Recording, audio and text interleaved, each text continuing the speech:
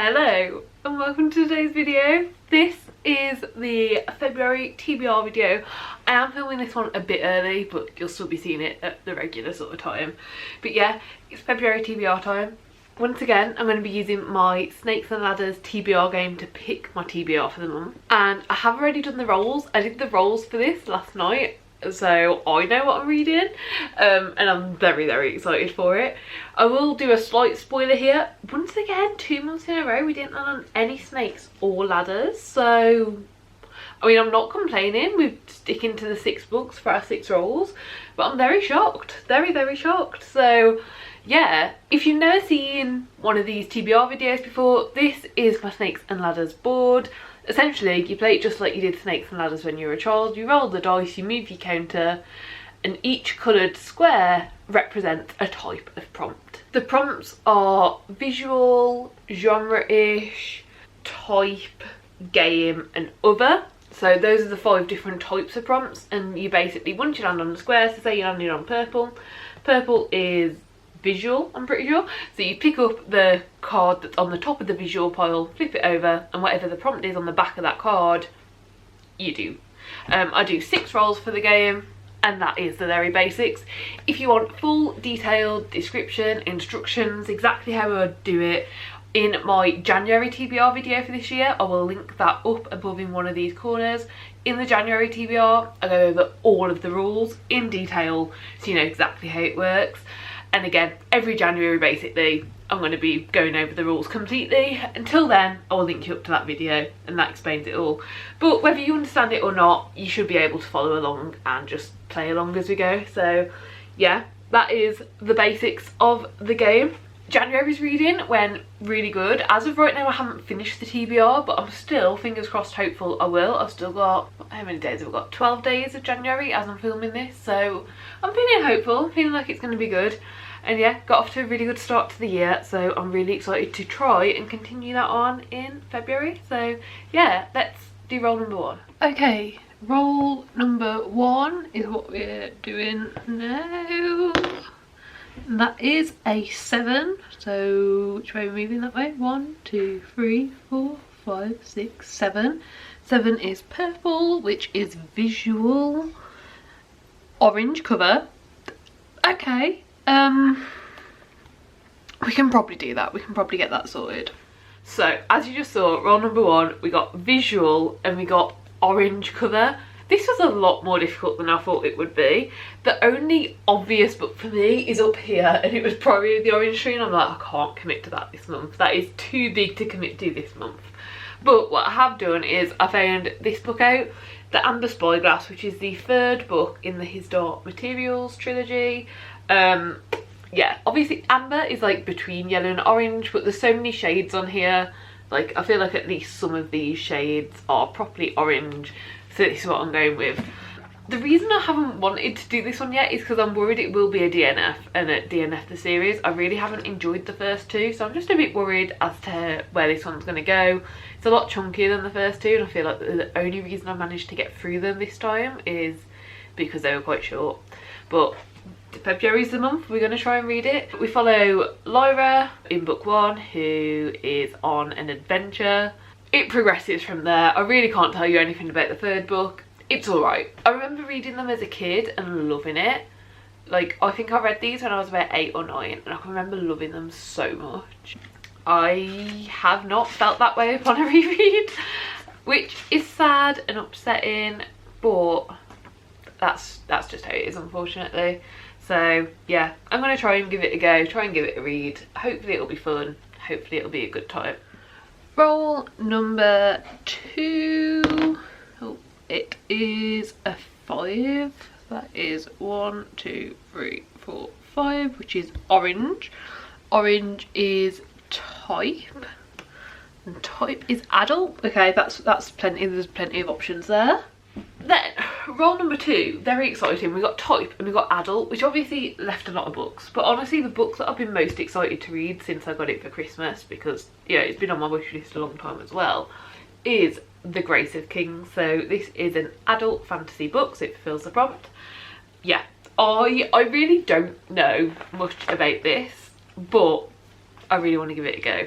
this is my year of like getting into adult like high fantasy, like makes your brain hurt a little bit. So on the back of this it just says, Emperor Mappadea was the first to unite the island kingdoms of Dara under a single banner. But now the Emperor is on his deathbed. His people are exhausted by his vast conscriptive engineering projects, and his counsellors conspire only for their own gain. Even the gods themselves are restless.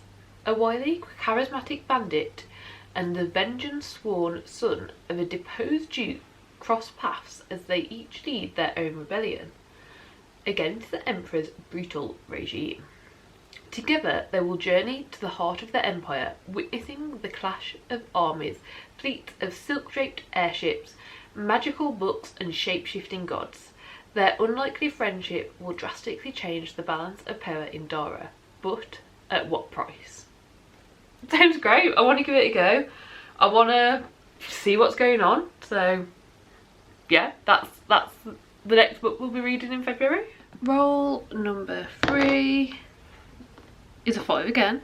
1, 2, 3, 4, 5, which is blue, which is game. Oh, wild card. Okay, nice. There's a wild card in every single stack. I don't know if I mentioned that in the January one or not. I definitely mentioned it in the previous January one, but yeah, wildcard, I can pick anything at all. Then a cool one that we got for roll number 3 is wildcard, which normally means that I'd pick a book that I was like most excited about. It didn't quite go that way this month. Basically, I'm trying to do Books and Lala's reading challenge that she sets like every year, and I successfully did January, so I might as well continue that. The only book I've got that'll fit the prompt didn't fit any of the other roles, so I'm gonna have to put it in as a wild card, which is a sensible thing to do to make sure I read it. And I am excited about getting to this book, just not as excited as other books. So this is The Dangers of Smoking in Bed. It's short stories, I think. Yeah, stories, there we go. I've heard it's weird, it's spooky, it's horror, and it sounds interesting. So, a city thrums with murderous intentions, family betrayals and morbid desires in this masterpiece of contemporary Gothic. Welcome to Buenos Aires, a place of nightmares and twisted imaginings, where missing children come back from the dead and unearthed bones carry terrible curses. These brilliant, unsettling tales of revenge, witchcraft, fetishes, disappearances and urban madness spill over with women and girls whose dark inclinations will lead them over the edge. Really doesn't give a lot away, really don't know what I'm getting into, but really intrigued to give it a read and give it a go. And this cover is just like absolutely stunning. So yeah, I mean, I'm very intrigued. Even the cover doesn't give a lot away, but I'm excited. Roll number 4 is an 8. So where am I? I'm moving this way. 1, 2, 3, 4, 5, 6, 7, 8, which is purple again, which is visual. That is blue cover. Okay, again, should be doable. Then roll number 4, we got blue cover. This was quite an easy one for me to fulfill. I got this October, November time, and I've been trying to find a way to fit it in since, and this is The Hormone Diaries, The Bloody Truth About Our Periods. This is by Hannah Witten, who is a sex educator on YouTube and does a lot of videos, and yeah, she wrote a book all about periods. I don't know if this is going to be exactly for me. I feel quite educated in the subject, but I am very intrigued to read it. When you look at the contents pages for this book, there is a lot that it goes into. So yeah, I'm very intrigued by it, really want to know more. Yeah, I don't know if it's necessarily a book that I'll gain a lot from, but I think reading it and knowing what you gain from it, I will be able to like recommend it to other people, hopefully, fingers crossed. So yeah, that's that one. Roll number 5, and so far we haven't landed on anything like difficult, so hopefully this will continue on. A 3, 1, 2, 3, pink, genre-ish, and the genre-ish is graphic novel / manga. I don't know if I've got any yes, I know I've got at least one of these, so hopefully that works. Then we have the 5th prompt, which was genre-ish, and this got graphic novel / manga. So this is the only graphic novel / manga that I currently have that I haven't read, so we're going for it.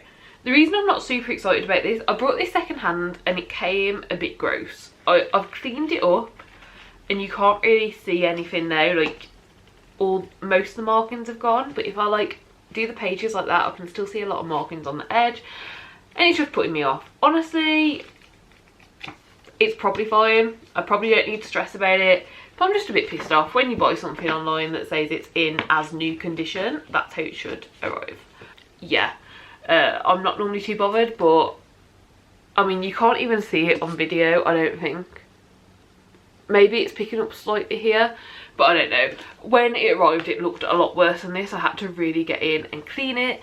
Hopefully someone was eating chocolate when eating it. Didn't smell. It's been in the freezer. We just gotta hope for the best basically. So yeah, that's just put me off reading it. However, I am very excited to actually read it. This is, how do I describe this one? So I've read the Lunar Chronicles and that series. I actually finished the final short story collection in January, and this is like a graphic novel spin-off of the series that follows a couple of characters. So Aiko is a character that we meet at points within the Lunar Chronicles. She's actually a main character for a bit of it, and yeah, this is a graphic novel of her adventures, so I'm intrigued by it, I'm excited by it. I'm not too sure what to think of it, honestly. I'm not, but there's only this one and a second one. It's just like a graphic novel duology, and then I believe that's it. So I'm intrigued to give it a go, intrigued to find it out. You can see on the back the different Lunar Chronicles books. I absolutely love these, so I'm excited to see how they continue telling like the stories of this world in graphic novel form. And then final roll hopefully is going to be roll number 6, which is a 2, so 1, 2, that is green, and green is other, that is, oh, most recently purchased. I know I know what's literally arrived this morning, so yeah, I'll do that one.